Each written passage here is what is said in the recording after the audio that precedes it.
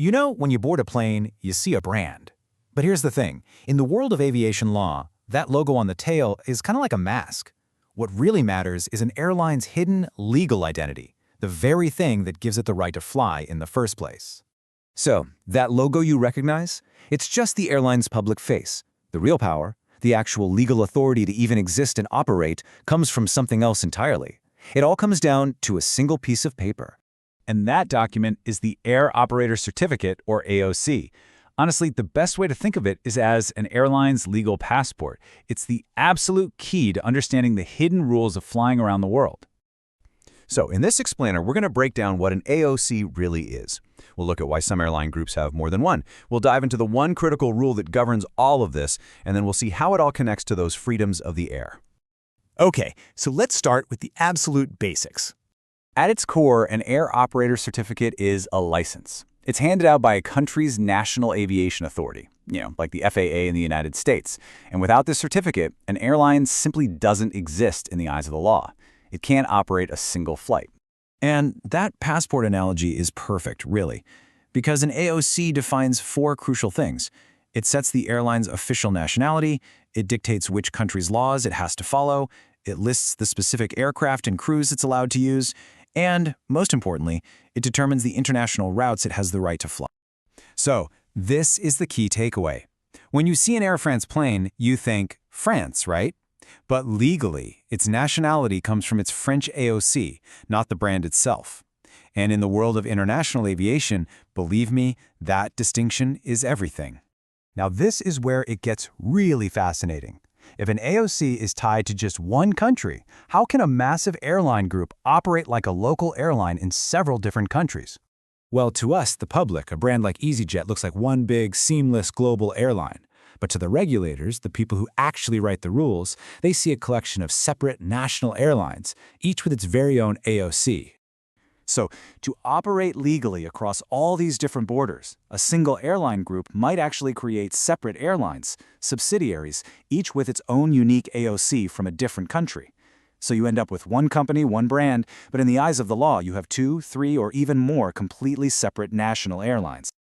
This brings us to the most important rule in this entire system. If you only remember one thing from this, make it this one. Here it is. All those international flight rights, the things we call the freedoms of the air, they are granted to the AOC, not the brand, not the parent company. They are tied directly to that legal passport. And the consequence of this rule is absolute. Each AOC can only use the traffic rights that belong to its home country.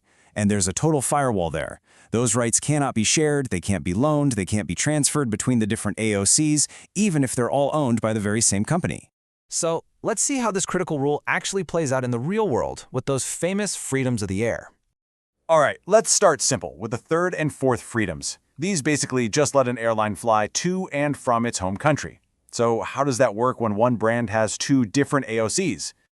This table shows it all. The airline with an AOC from country A, it can only fly routes to or from country A. Simple. The other airline in the group, the one with an AOC from country B, is completely restricted to routes touching country B. They can't just swap rights, even if they have the same paint job. So if that's the case, how does this system allow a single brand to operate multiple big international hubs? Well, the answer is the sixth freedom.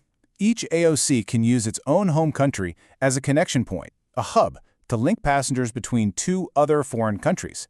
This is exactly how Air France-KLM can have massive hubs in both Paris and Amsterdam. Each hub is powered by its own national AOC. But what about the holy grail of aviation rights, cabotage?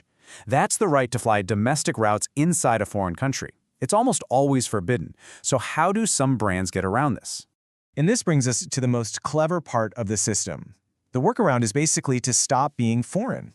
An international airline group will literally set up a brand new local subsidiary.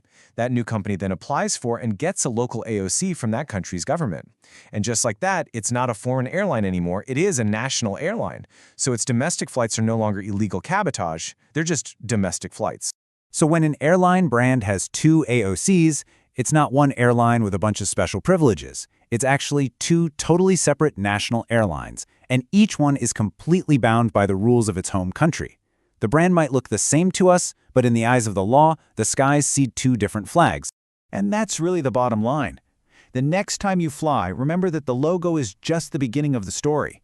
The real power is in the passport you can't see, the one that dictates where in the world that plane is truly from. Same brand, different AOCs, different rights.